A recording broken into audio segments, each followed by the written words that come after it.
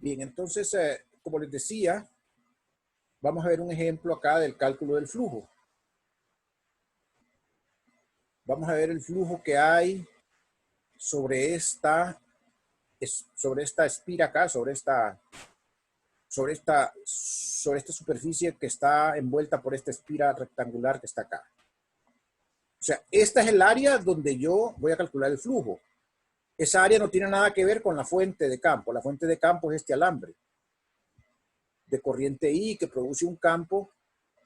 Enrollen las manos, dirijan ustedes las manos hacia arriba, el pulgar hacia arriba con la corriente, y van a ver que sus dedos se enrollan de tal forma que entran del lado derecho, entran al plano de la computadora.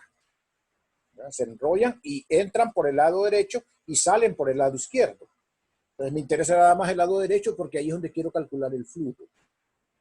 Esta espira tiene dimensionales A, B, y está colocada a una distancia C, el extremo izquierdo está a una distancia C del alambre. Ok, el flujo en cada punto es diferente. ¿Por qué? Porque el campo que produce este alambre depende de R. ¿Se acuerdan de eso lo calculamos hace un rato por la ley de Ampere y lo calculamos también por integración directa cuando teníamos seno teta 1, seno teta 2 y lo simplificamos para la espira larga? Este campo depende de 1 sobre R.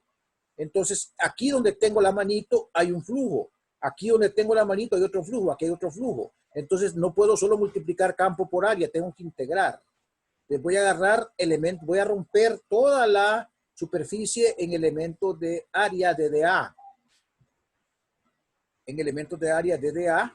Entonces, esa DDA, pues, esa DDA viene en una dirección dada, ¿verdad? Esa DDA va a ir en dirección Z en este caso, ¿verdad? Porque es perpendicular a la espira. Entonces tenemos la DDA en dirección Z.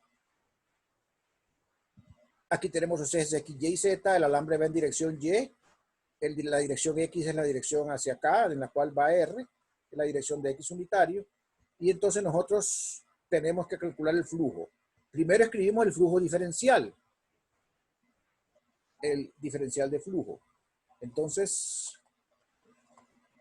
el campo va a ser mu sub 0 I entre 2 pi R veces Z unitario, porque yo decidí definir los vectores unitarios así. Entonces va en dirección de Z entrando. Ese sería el campo magnético. El elemento de área va a tener dimensiones dr, dy, porque a la dirección X le estoy llamando ddr. ddr es esta dirección de acá, o sea, R va en dirección de X unitario. O sea que una tirita acá tiene dimensiones d de y por d de r, d de y hacia arriba por d de r hacia la derecha. Esas son las dimensiones de esta tirita que está acá de la superficie. Este es un pedazo de tela, imagínense. Entonces tiene dimensiones d de r y d de y. No le quise poner d de x porque estamos usando en el ejemplo r como la distancia variable del alambre a donde está la tira. Entonces d de r, que es esta dimensión, por d de y. Ese sería el elemento de área. ¿Y qué dirección tiene? También tiene dirección, ¿verdad? Aquí se me olvidó poner la dirección del área. Esta tiene dirección Z. La voy a poner aquí con el lapicito. Esta tiene dirección Z unitario también, como área. Acuérdense que el área como vector es perpendicular a la superficie que está definiendo. Entonces, cuando ustedes hacen el producto KB.DDA, el Z.Z se cancela y solamente queda mu sub 0 entre 2 pi r por la magnitud de DA, que es DDR por DDY. Y entonces, en esa integral, ¿cuáles son los límites? Bueno, DDY va desde 0 hasta B. Veamos la figurita otra vez. Y DDY va desde 0, que es acá, hasta B. Estoy poniendo el origen aquí, ¿verdad? Aquí tengo el origen lo tengo aquí. Aquí tengo el origen. Vamos a usar el lapicito otra vez. Aquí tengo el origen.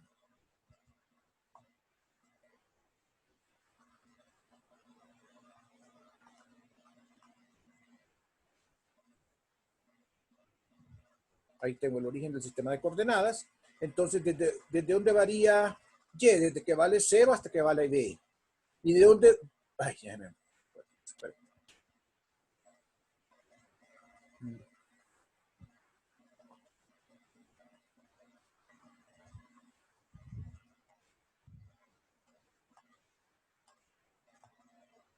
¿Y desde dónde varía? ¿Desde dónde varía R? Bueno, R varía desde aquí, que es R igual a C hasta este extremo. Aquí es R igual a C hasta este extremo, que es R igual a C más A. Esos serían los límites para R. Entonces me voy a la integral, escribo esos límites. La d de y está solita, no hay ninguna dependencia acá. Entonces solamente daría la integral de d de y, daría y entre 0 y b, da una b. Entonces da una b que sale para afuera. Y ahora voy a hacer la integral de d de r. Y aquí cometí un grave error porque solamente es acá, ¿verdad? De escribir d de r, me queda acá. Saqué el 2pi, entonces queda d de r entre r. ¿Verdad? Queda d de r entre r. Y entonces la integral de d de r entre r, ustedes saben que es el logaritmo natural de r. Si lo evalúan en el límite superior, logaritmo natural de a más c menos logaritmo natural de a, y si utilizan las propiedades del logaritmo les queda esta expresión que está acá. Y ese sería el flujo sobre ese pedacito de tela que está orientado así como se los mostré ahí. Unos segundos para reflexión.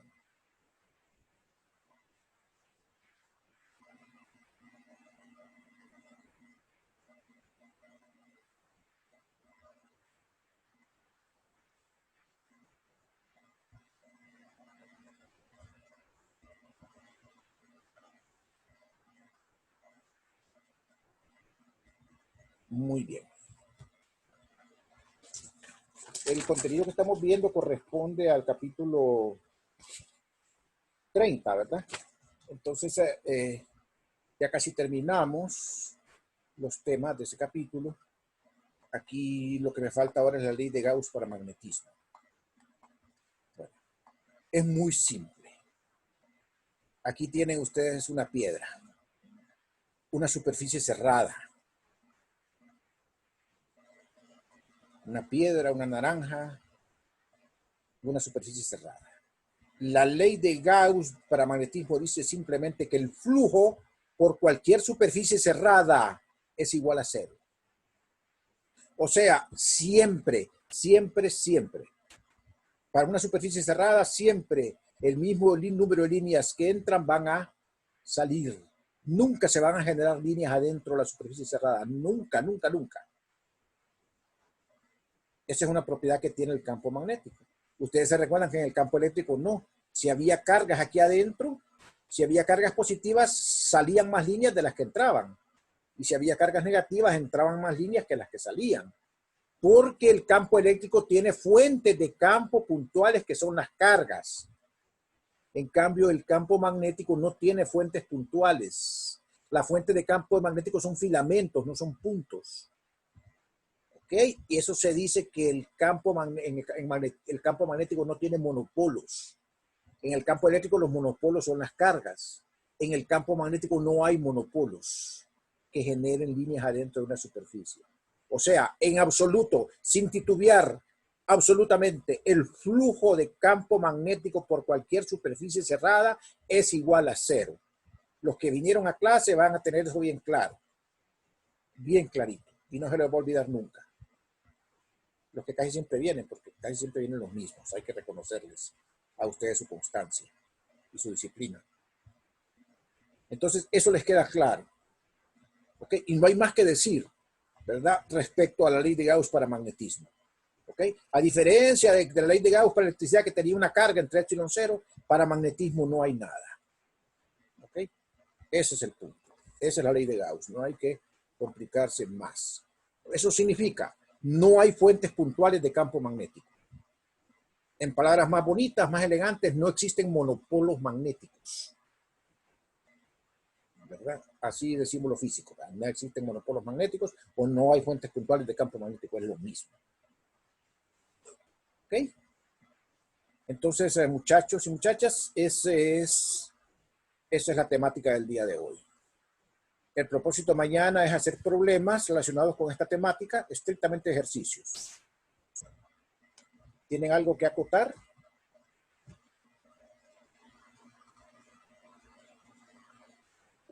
No, está todo claro, licenciado.